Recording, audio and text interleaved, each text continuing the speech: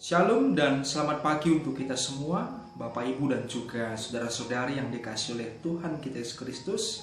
Bertemu lagi dengan saya Pendeta Trisurya di program Lentera Anugerah. Program ini tetap mengajak kita untuk mendengarkan firman Tuhan. Mari sebelum kita mendengarkan firman Tuhan, terlebih dahulu kita bersatu dalam doa, kita berdoa. Allah Bapa dalam kerajaan surga, Tuhan yang kami kenal dalam nama anak-Mu Tuhan Yesus Kristus, Juru Selamat kami yang hidup. Kami saat ini bersyukur kepadamu atas segala penyertaan dan juga berkat yang masih kami rasakan hingga saat ini. Pada saat ini juga kami datang ke hadapan-Mu untuk mendengarkan firman Tuhan. Kiranya Engkau berfirman bagi kami dan Roh Kudus-Mu yang menolong kami agar firman-Mu dapat kami laksanakan. Terima kasih Bapa, kami sambut firman-Mu, dalam nama Tuhan Yesus kami berdoa.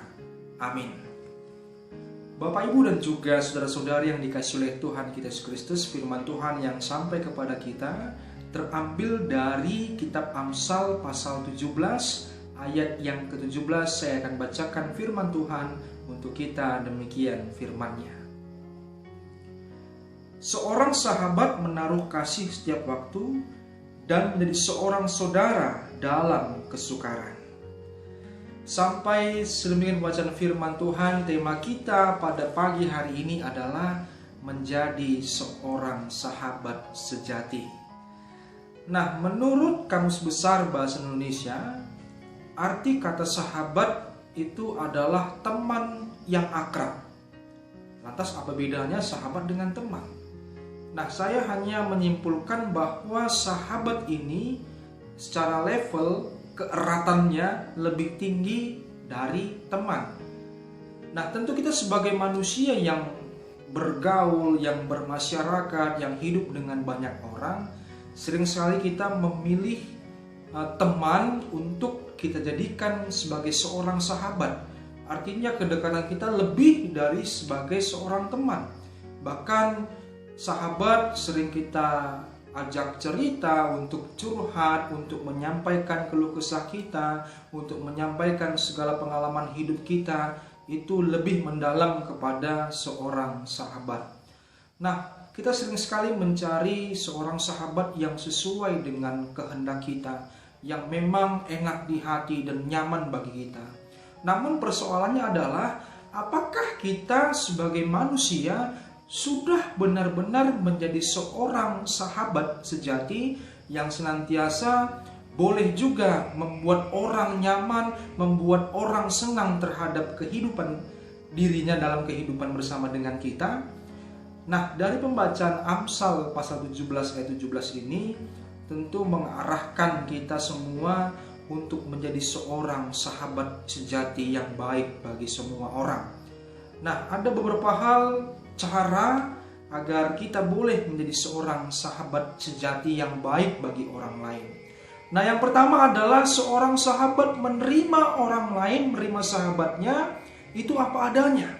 Dalam artian kita menilai bahwa sahabat kita itu punya kekurangan, punya kelebihan, dan kita terima itu dalam segala keutuhan dirinya. Artinya kalau kita ingin menjadi seorang sahabat yang baik, kita benar-benar harus menerima secara keseluruhan. Bukan hanya soal kelebihannya saja yang kita senangi, tapi bagaimana juga kekurangan-kekurangannya juga kita boleh terima. Nah, yang kedua adalah bahwa menjadi seorang sahabat tidak hanya menerima apa adanya seorang sahabat yang lain, tapi bagaimana kita juga mampu untuk memotivasi, untuk mendorong sahabat kita menjadi seseorang yang lebih baik. Dalam artian kita punya prinsip tidak iri kalau sahabat kita itu lebih hebat dari kita, lebih dari kita segala sesuatunya, tapi kita senang mendorong sahabat kita untuk menjadi seseorang yang lebih baik. Nah, yang ketiga adalah bahwa seorang sahabat itu menegur. Dalam artian seorang sahabat yang baik menegur dengan waktu yang tepat, dengan cara yang tepat, dan juga dengan tempat yang juga tepat. Jadi kita menegur tidak asal sembarangan, asal ngomong, kapan kita bicara ya langsung bicarakan. Tapi menjadi seorang sahabat yang baik untuk menegur adalah kita lihat situasi, kapan, dengan cara apa, dan di mana kita menegur, sehingga ketika sahabat kita tegur, itu boleh menjadi sebuah berkat bagi dirinya untuk memperbaiki segala kekurangan dalam kehidupan sahabat kita. Nah, yang keempat adalah menjadi seorang sahabat tidak mencari keuntungan bagi diri sendiri. Nah, tentu sahabat kita mengalami sebuah masalah. Contoh kecil saja, ketika sebagai seorang pemuda, masalah percintaan ini sering sekali menjadi kegalauan bagi sahabat-sahabat kita. Dan ketika kita mencari keuntungan, bisa saja kita menekong. Istilahnya menekong dalam artian kita mencari keuntungan untuk mendekati pasangan atau pacar dari teman kita. Tentu ini sesuatu yang tidak baik karena kita mementingkan kepentingan kita sendiri. Tapi bagaimana menjadi seorang sahabat itu benar-benar tidak mencari keuntungan, justru ketika dalam segala kesusahan yang dihadapi oleh sahabat kita, kita hadir untuk memberikan pertolongan, untuk memberikan sesuatu yang baik terhadap sahabat kita. Dan kemudian yang terakhir adalah menjadi seorang sahabat adalah sesuatu yang tepat keberadaan kita. Dalam artian ketika teman kita susah, kita juga hadir untuk menolong. Ketika teman kita bahagia, kita juga bersama-sama untuk berbahagia. Bukan dengan istilah SMS. SMS berarti senang melihat susah, susah melihat senang. Tentu itu bukan sebuah prinsip persahabatan yang baik. Ketika sahabat kita mengalami sebuah kesusahan, kita justru senang. Tapi kita benar-benar harus melihat situasi dan kita memposisikan diri kita dengan tepat, bahwa ketika sahabat kita susah, kita juga hadir untuk mampu menolong dan juga merasakan kesusahan saudara kita. Dan juga dalam sukacita, kita juga boleh bersama-sama bersukacita. Nah, ketika prinsip-prinsip ini boleh kita laksanakan dalam kehidupan kita, maka Tuhan akan memberkati kita agar kita bisa menjadi seorang sahabat sejati yang baik bagi semua orang. Selamat pagi, selamat beraktivitas, kiranya Tuhan memberkati kita.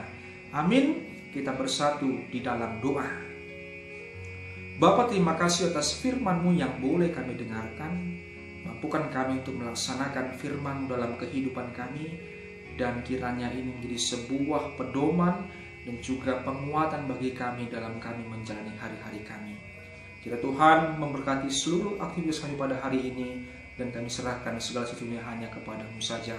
Ampunkan dosa dan kesalahan kami, agar kami layak untuk menerima berkat-Mu. Karena kami berdoa dalam nama Tuhan Yesus yang sudah mengajarkan doa Bapa kami.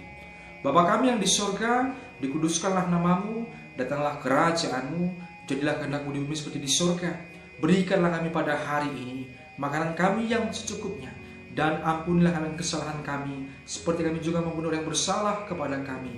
Dan janganlah membawa dalam pencobaan, tapi lepaskanlah kami daripada yang jahat. Karena Engkau yang punya kerajaan dan kuasa dan kemuliaan sampai selama-lamanya. Amin. Terimalah berkat dari Tuhan. Tuhan memberkati saudara dan melindungi saudara. Tuhan menyinari saudara dengan wajah-Nya dan memberi saudara kasih karunia. Tuhan mengharapkan wajah-Nya kepada saudara dan memberi saudara damai sejahtera. Amin.